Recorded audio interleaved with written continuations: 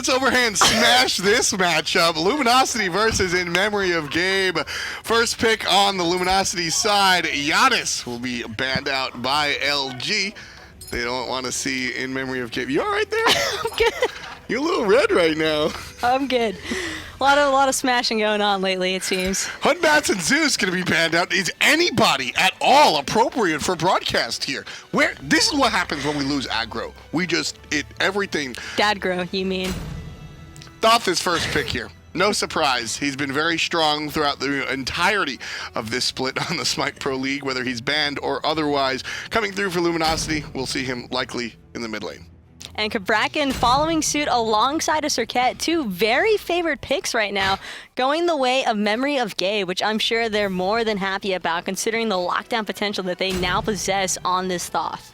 Yeah, Cabrakan really gonna... All right, I'll hold it. Ratatasker is going to be the second pick here for Luminosity Gaming, paired up with the Amaterasu, another character that provides a lot of half and half, a little bit of control, but a lot of damage. Same thing like Ratatasker, and Thoth is just going to be the big cannon in the background. Dusa will be paired up next to Cabrakan and Cirquet. Right now, halfway mark. How you feeling? I would probably have to favor In Memory of Gabe's draft so far, solely because of the Medusa, Cirquet, Cabrakan lockdown potential that they really have. Utilizing Medusa ultimate inside of a Cabrakan wall, I mean, we saw how effective that was for E9 in that last game with Benji piloting it. So now imagine somebody like Walrus, or even potentially Cabrakan could still be looking to go the way of Eonic should they opt to put it into the support role. But I would imagine that this is a pick favored more heavily towards solo lane. I'm happy to see the Scotty ban, mainly because I don't like her.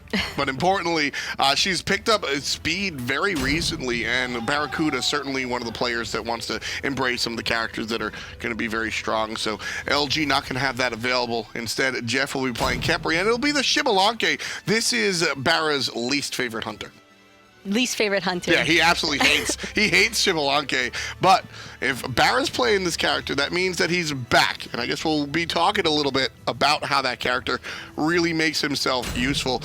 And it'll be against a Cupid. So I like the way that this one works out. Cupid really handles Shibalanke well, shutting down that dash with the ultimate. I really like the Shibalanke pick, however, for the side of Luminosity, in that once you pop that ultimate, it's probably one of the best team fighting ultimates in the game. Not just for like hunters, but like legitimately in the game, because surrounding your enemies in total darkness, on top of the fact that In Memory of Gabe will have a really difficult time seeing who Jeff Hinla is trying to save on this Kepri, could really make it problematic for In Memory of Gabe trying to fight around that combination. Yeah, some players like the lights on, some players like the lights off, and Barra's certainly going to be reaching over to turn those off, especially with Baskin on that Thoth. I mean, that's the big deal, is that you hit the ultimate, nobody knows where anybody is, and Thoth's just standing right in front of you, just channeling the giant push.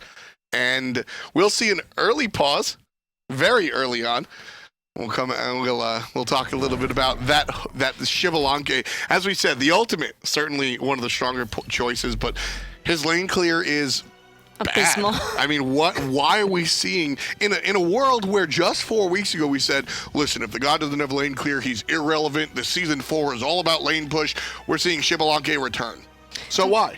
Well, at the same time, you do have like the buff following through for the Shibalanke, but not to mention, you just have Shibalanke overall with the Kepri lane clear. And Kepri is probably the shining aspect of the lane clearing potential for the side of Luminosity, because Kepri's clear is great.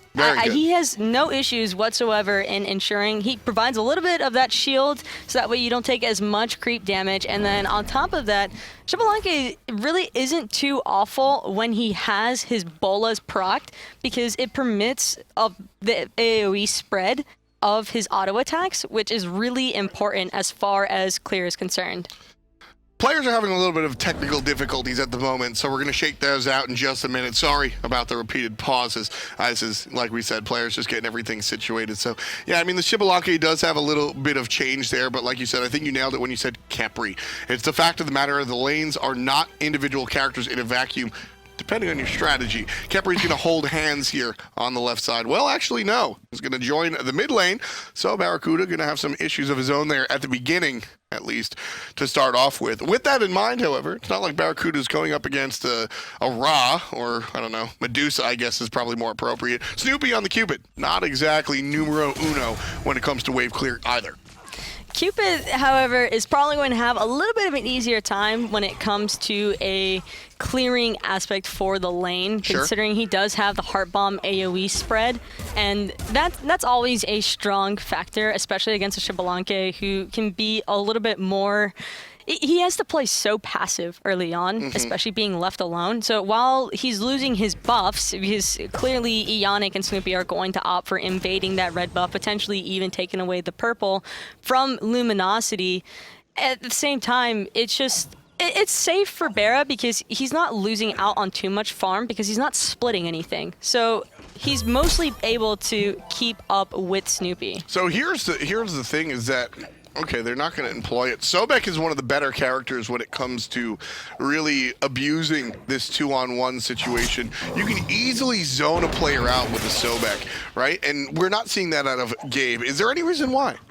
I mean, for Ionic, he's trying to play it a little bit more safe around the waves right now. As a Sobek, if you initiate with your pluck to pull Barracuda out of position, he could definitely find himself falling victim to a ton of unnecessary creep damage, and you never want to really risk giving a Xbalanque of all hunters an early kill. That's true. Because once he starts getting those passive stacks online and the power buff that he attains from it as well, that is really important when it comes to boxing matches. Yeah, so you definitely got to be a little bit careful about that, I suppose.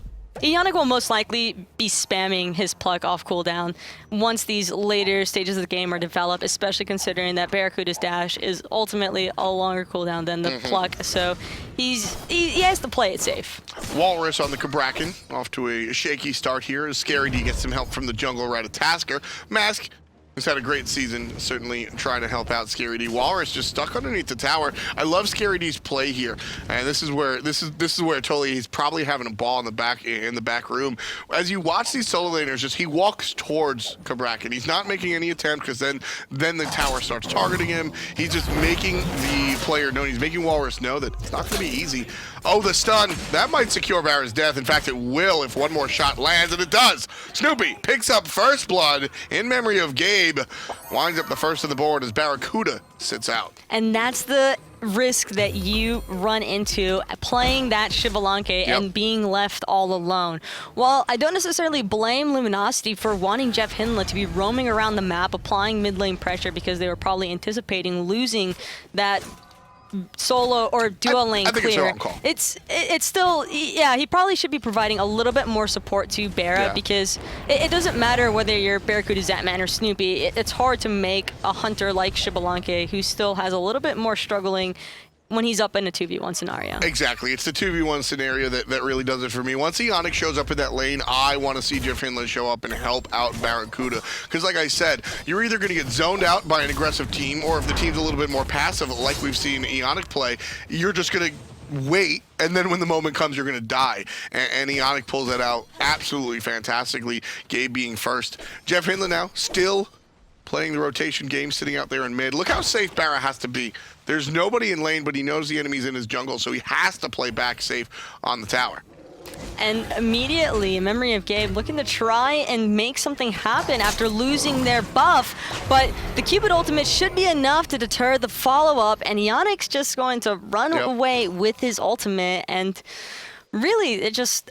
unfortunate situation for Luminosity. They expended the Ratatasker ultimate and the Xbalanque ultimate, but the AoE cripple was more than enough for Snoopy to ensure his support got away safely. That's the zone. That's the zone that I'm talking about. Barracuda dies once, and now he just realizes he can't go up to the lane. Forget about clearing the wave by sidestepping and using your darts. If you're just looking for the bola clear like you should be these days, you can't even walk up that close anymore because you saw what happens. If you do get that close, Ionic flips you into certain death. So it's just very, very scary. Because of the way that it works, you get flipped out, you dash forward, and Cupid dashes forward, and you're even with the Hunter, except now you have no HP. So very scary lane here for Barracuda. The story of this game is going to be how Barracuda deals with this lane, I think.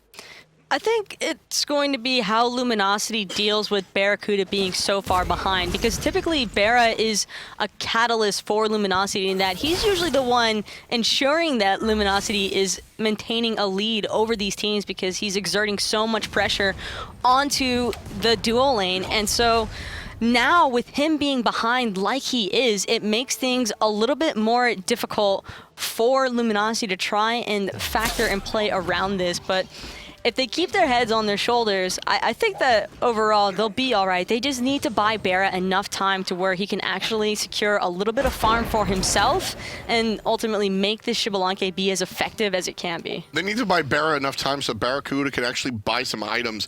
I mean, the way that he's working out right now, he's not quite 0 player damage like Sanashore is at the moment. I think that's okay on the Circata here, but he's certainly not feeling very strong as the game goes on. He needs to find that Transcendence, at the very least, finished. And these players, they just keep smashing that pause button. This is going to be the first one for Gabe right now. We had 2 from Luminosity earlier on, so we have 1 more for Gabe if they need. But right now, I think, again, players are just trying to get themselves situated. Kind of odd situation here, but we should be back in the game any moment now. And when it comes down to it, the Xbalanque, like you said, Barracuda is usually the catalyst for his squad. And here in this game, that's not going to be the choice. That's not going to be the issue here. So who are you looking for to really make that moment happen? And step it up, Mask, especially Mask, because as the jungler, when you recognize that one side of your map is falling so horribly behind, you have one of 2 choices. You can either A, choose to try and gank that lane and help secure them farm and a potential to be able to maybe pick up a kill or 2 to catch back up, or B, you look at other sections of the map like your mid lane or your solo lane and try and get those lanes as far ahead as possible. That way your team can ultimately start making these fights happen. Right. And once the team unit comes together, it doesn't really matter whether a hunter is a level or 2 behind at a competitive level, because in competitive, with the communications and synergy that a lot of these teams tend to have, they're usually able to provide enough support and peel for their carries, even when they're a little bit further behind, to where they can still be effective. And so with that in mind, it's going to be about the team around Barracuda. You're looking at Baskin and Mask, you pointed out specifically, but you really also want to see Scary D make an impact in these team fights. He's going to be one of the big guys starting off. The initiation comes out of Barracuda's ultimate most likely, but Scary D is going to provide a lot of the help. Nobody's helping Jeff there. Smart decision by Jeff not to ultimate himself, realizing that it was just too late. The team's going to try and provide some assistance here, Taco. I'm not sure if I like this plan, but Walrus with a beautiful wall in memory of Gabe puts down Barracuda for the 2nd time. And unfortunately for Barra, Xbalanque is a dash and not a jump, so falling immediately into the trap set by Walrus. That is such an unfortunate circumstance to be in. Even with the CC immunity on his dash, it doesn't make a difference when you're fighting into 4 different people. Very quick objective in memory of Gabe, certainly taking their time. 2,700 gold in the lead already. Here at 7.5 minutes in, all 3 kills of the board belong to the Paw Prince, and this one looks very strongly dominated by Gabe. You know, with a lineup like Luminosity, this is one of those times where you say, look, you know, the game isn't over at 10 minutes, but it's certainly going to be a very hard climb. Luminosity, they have to lean on Mask, some Scary D here, but in memory of Gabe can run away from with it. I'm not sure whether or not Barra is aware of Snoopy being at his purple buff, considering how far up the lane he's opted to push.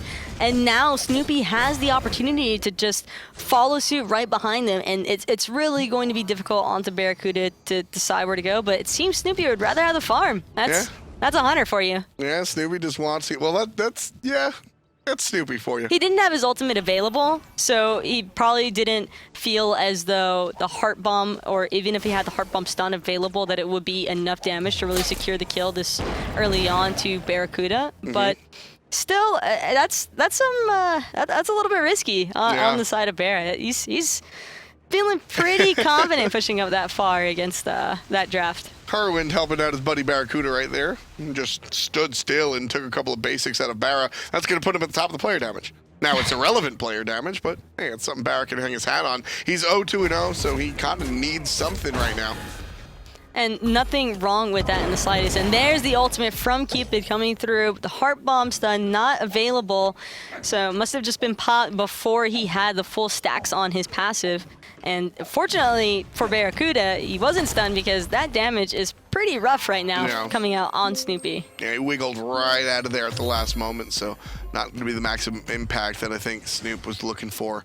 Instead, it'll just be a poke out of lane, but that's still pretty big of a deal. It means that Snoopy can go ahead back to base, and while Shibalanki is the one to pick up rank 1 of boots, well, it's going to be rank 3 boots for Snoopy. So a large power spike here for the Gabe Hunter. Is it another play in the Gold Fury when that spawns up, or is it just more of this fighting back and forth in the dual lane?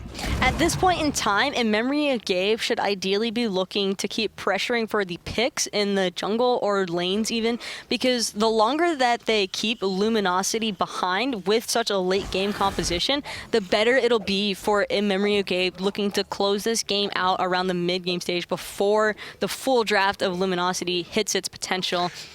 Yeah, I mean, I didn't even realize it just sort of casually as we see. The draft here from Luminosity is like, listen, I don't have anything to do today. Let's play 3 40-minute games. I mean, we've got the Amaterasu, the Thoth, and the Shibalanki. This is one of the latest compositions. Walrus just stuck out in no man's land. Oof. Baskin just shotguns him in the face. Scary D is the one that gets the kill there on the side of LG. So certainly a good look for the Amaterasu. Finally, LG find themselves on the board, although it hasn't helped their Hunter, which I think they certainly want to think about.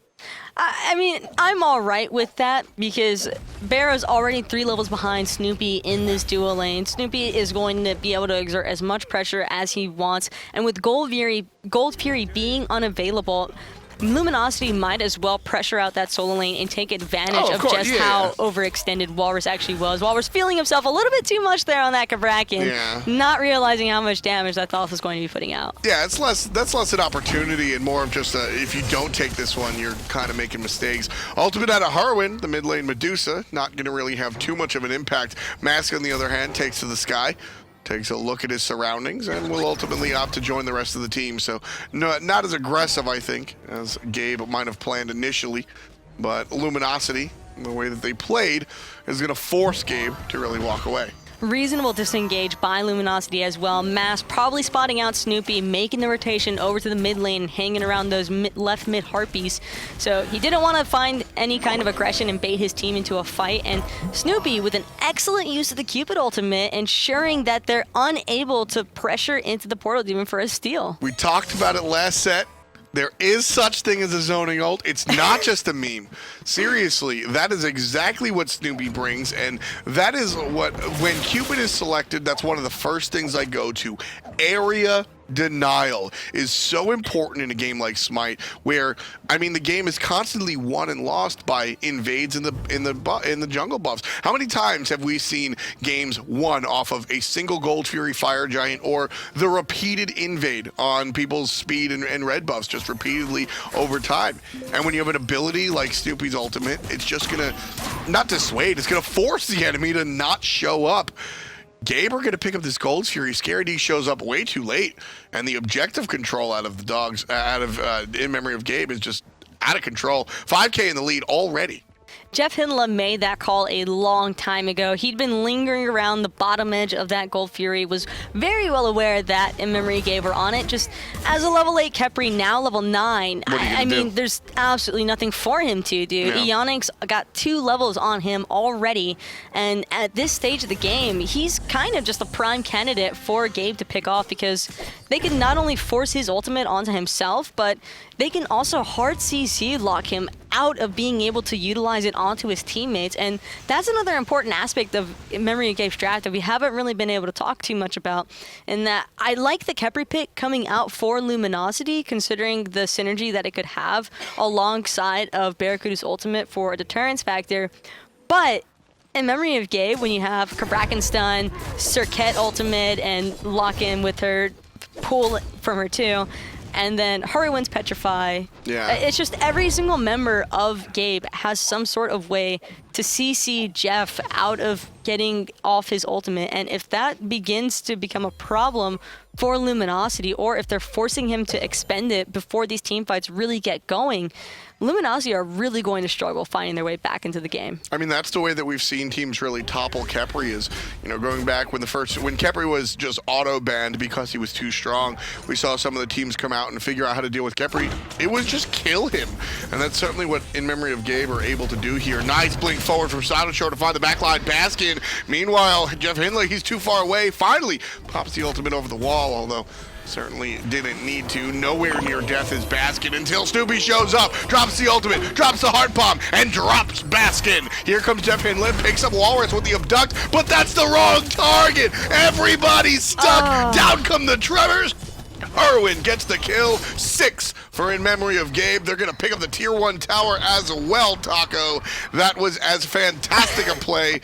We've seen multiple situations where Cabrakan players, if you're a Cabrakan main and you're watching the stream today, this is your highlight reel. This is the day. You've got to feel bad for Mask and Jeff Hindley in that scenario. Both characters with dashes, ultimates had already been expended, and just absolutely nowhere to run underneath their own tower. Walrus, just perfect execution, following up with that Cabrakan ultimate, and Barracuda just opting to sit in that dual lane side, trying to secure as much farm for himself as possible.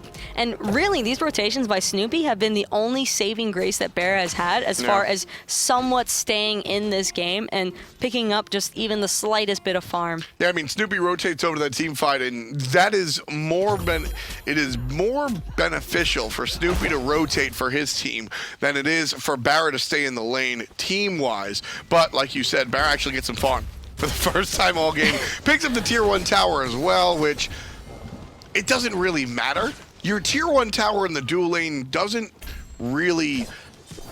maybe you could explain this a little bit better. When you take that Tier 1 tower in mid, that is it impacts the game in so many different ways.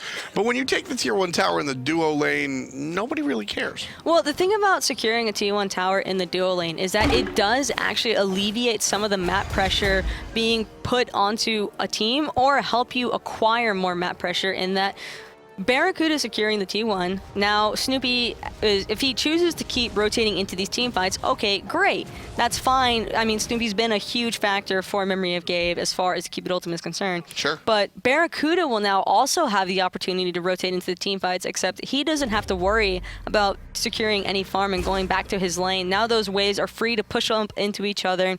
If anything, it favors Luminosity because Snoopy could very well be looking for somebody to just rotate into his lane either freely or just ensure that Barracuda is trying to assist his team, and it just helps Barra overall with just rotating in. Double-edged sword, however, now that that Tier 1 tower is down and you see a lot of players kind of push up maybe too far because they have the towers down, so you can push up. Once you start pushing where the Tier 1 tower used to be, you're a sitting duck. So it's very important for Barracuda to stay disciplined and not come up too far. You can already see Gabe looking to punish.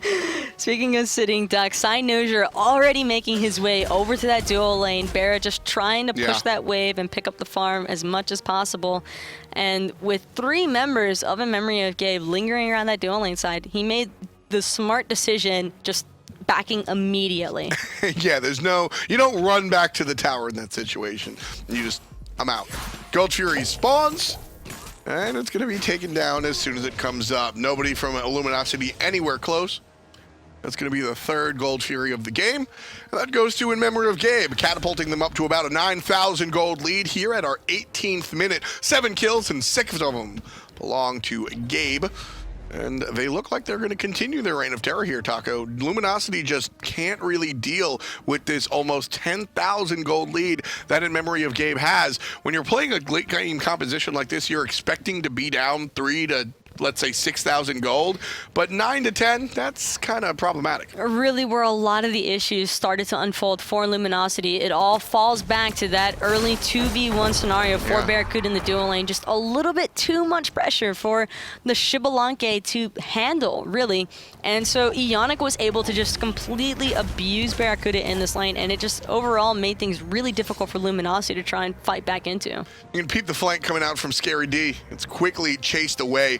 The guys from In Memory of Gabe intelligently spread themselves out in the lane and the jungle to prevent that flank from really making an impact. Here comes the rest of the team, however, looking for the tier 2 tower here on the left side. You're going to see a grab, but the Cupid ultimate is strong. Mask out of the sky, lands on the backside, but not really going to find a kill just yet. Nice meditation out of the support. There's help from mid lane Heroin, and it's going to bring Mask down, but he's got safety by wave. The Kepri ult, the tier 2 tower goes down, and Barracuda picks up his first kill, but Heroin answers back right away. It's a 1-for-1 right now. Kuda's still low. Down goes the Barra Bunny. Scary D picks up one as well, and he looks like he's in trouble, but he has that dash available. So 3 kills for Luminosity, 2 of which come in that team fight.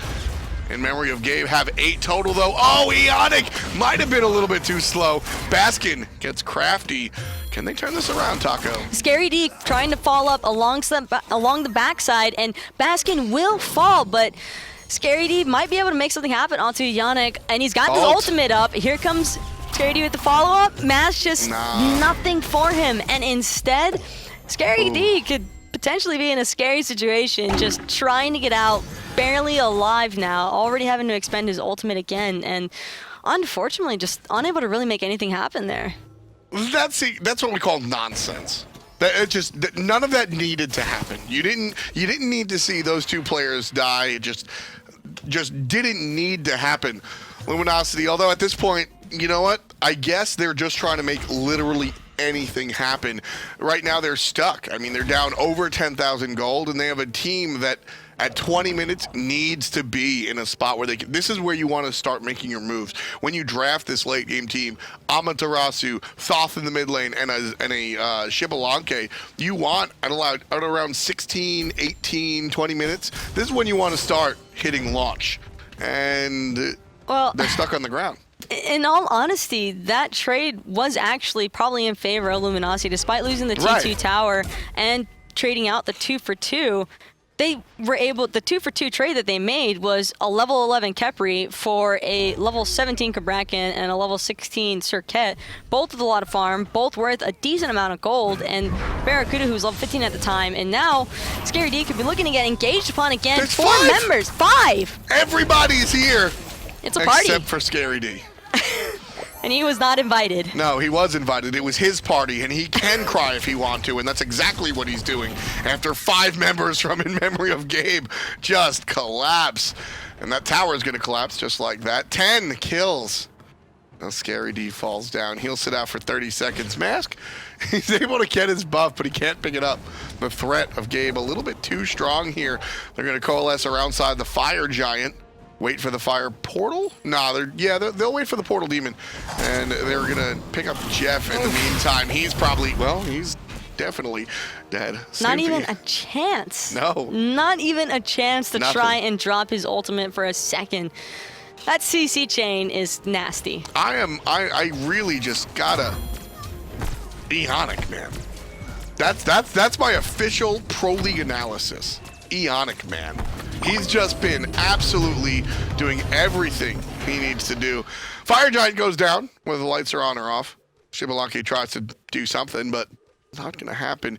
Ionic has been out of control this split, this game, this set. I've really enjoyed what Ionic has brought out of the support role, win or lose, for In Memory of Gabe. I think this guy is just, he always has been, going back to his success on COG Red and then Team Solo Mid, back when he was playing with Divios and friends. I've always liked Ionic here in the support role. Him and Snoopy have something special, and he's a smart guy. We have him on the desk when he's here around. He's coached a couple of teams, but watching him play support actually in the game, Taco, is just a pleasure.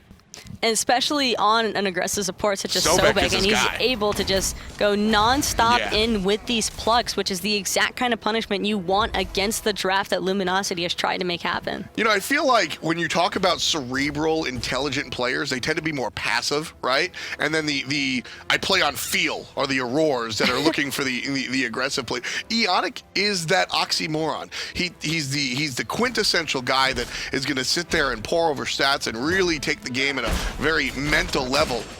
but then he's going to pluck you as soon as that cooldown comes off. He's always looking for the intelligent engagement, which is why I think I've come to really enjoy watching Ionic play characters like Sobek here. Another thing that I am really liking about Ionic on this Sobek, other than the fact that he's been a part of nearly every single kill with 0 deaths, which is a huge accomplishment as a support, I like the Shield of Regrowth pickup onto the Sobek. Oh, of course. It's providing him with so much mobility, and so he's really just able to continue chasing after the members of Luminosity, and it's so difficult for Lumi to just try and fight back into that when you've got such a tanky Sobek who's also dealing a decent amount of damage just in your face at all points in time. Really scary to pop that sickening strike, go directly in the ultimate. The enemy's slowed, you're faster, zoom, zoom. You're not locking that croc anytime soon. Also, the beautiful part about it is the support required items. The list is so long. You need the 2 aura at very least. We see Eager actually share that. Solo later picks up one and support picks up the other. Talking about sovereignty and Heartward. So the options when you're playing a character like Sobek, you want max CDR. That's kind of the goal. But you have so many, you have a laundry list of items that you have to pick up. By selecting the Shield of Regrowth, you already have CDR cap. I mean, you're picking up 20 CDR just in that item alone, and you know the rest of the itemization, you don't need to itemize into the cooldown reduction because you're already picking up 20 CDR. And now, Frenzy popped by Luminosity, but in memory of Gabe, want nothing of it and just disengaging perfectly. Oof. And now, that 750 gold completely down the drain for a team that was already massively behind. Beautiful. Just excellent. In memory of Gabe, whoever's doing the shot calling, fantastic work. Just very quickly, just get out of jail. Mask in the sky, looking for the second engage. This time Sans Frenzy comes right on down, finds a knock-up onto Wally, but he's gonna ultimately find some trap. Jeff falls down. Harwin gets the kill. Fight still raging on here. Retreating is Luminosity. They need to get out, otherwise this might be game. Taco, Scary D's in trouble. Baskin gonna find safety in the fountain, and very important retreat right there. If Luminosity lost 2 more members, that's game. Not even that, but Luminosity are going to just be losing all of their Phoenixes at this point in time. Just none remain, and now with the fire creeps pouring into their base, as unfortunate as it is to say, this is probably their best farming opportunity that any of the members have had all game. I mean, that you know, it's you got to find the silver lining somewhere. And you absolutely nailed it. The fact is that Luminosity right now have chores to do. They can't defend the Fire Giant that's going to show up in about a minute. They can't defend the Gold Fury that shows up in 2.5 if Gabe even bother with that. They can't really defend their buffs in their own jungle because they've got to do the homework of pushing up these individual lanes. There's nothing else that Luminosity can do. But like you said, at least the Fire Giant minions will, or at least the Fire minions will even up this 20,000 gold lead. And it's so unlucky for Luminosity because their engage was actually A-okay in that last scenario. I mean, Jeff and Lasher, you don't necessarily want to hug a Kabrakan into your team, especially when he's level 20, but there's not much else for Jeff to really do in that scenario. He can't sit in the back line. He has to be that frontline presence because even as a level 12 Khepri, he's really meant to be the tanky, forward-facing opposition that in memory Gabe is meant to fight into. So at the very least, if he's sacrificing himself and potentially setting up his team for a kill or two, that's really all that Luminosity would need just to buy themselves a little bit of time. But Gabe have just, like you mentioned, their shot calling has been absolutely on point. They've done an excellent job at utilizing every single bit of their CC that they have available to them. And now it's really just a waiting game for Luminosity to see whether or not they're able to hold against this 5-man Fire Giant team of Gabe. And with Rituals online, full builds coming into play, it's going to be a rough one. Double Frenzy.